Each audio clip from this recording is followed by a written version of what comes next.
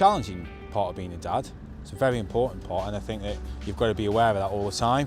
Well, being a role model can seem to be quite a daunting experience, but it's actually more straightforward than you think. I think the best role models are probably parents and family.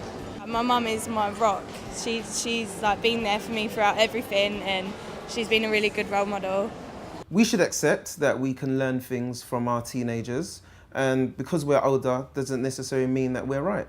Like I say, as a dad, I think you're a role model whether you realise it or not. Yeah. So it's a case of, if you do realise it and getting more dads to realise it, you can start to think about exactly what are they demonstrating in the behaviour, how they're looking in their outlook and everything. So I do some stuff with my boys now, and I think back, like, you know what I mean, that's how my dad used to do it. It's difficult though as well, isn't it? You know, you've got to be thinking all the time what you're saying, what you're doing. You're the role model, you're the one they look to, and if you behave like that, then you're giving them the green light. Instead, like you say, it's difficult to say, don't do that, but then they turn around and you do it. I've known people who've had a negative role model, but then gone completely the other way and say, I am not going to be that, and then that affects their parenting style itself. A lot of dads, I think, fall down because you don't get involved with the kids. You don't take them do like a hobby together or something fun that they can either get into sport. You know, you sort of leave the kids to sort of, you know, go and find your own sort of thing, and they can get into all sorts. I think It's like you go up to him, you're like, you know what I mean, if there's something bothering you, you can always tell me. Don't be afraid that, you know, you got to bottle it up.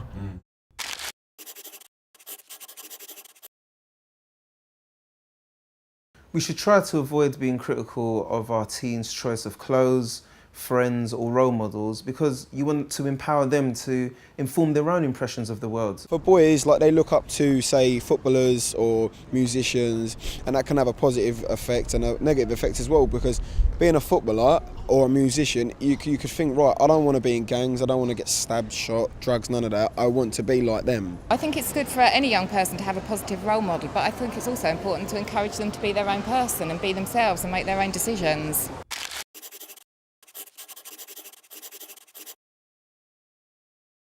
you're the one you look to how they should behave as they grow up in society, and if you're giving them the right signals, then hopefully most of the time they'll make the, like Jason says, they'll make the right choices. I try and expose my lad to loads of stuff, perhaps too much maybe because he goes swimming and boxing, and I've said to him, you know, do you want to learn? I'll try and get him into, if he wants to learn to play guitar, but I think I'm overloading him at the moment. It's like, no. You can draw back on your own experience as well, can't you? When you were younger and when you got no idea where, especially when you're a teenager, what I don't know what I'm going to do, I don't know that. So if you're giving them those chances, where then they can start looking at the things, and then you start seeing what they like, and you start seeing the skills and the attributes that they've got, and then you can encourage that, and it helps them along that path. Well, can I just quote my favourite saying? Every dad is every child's superhero.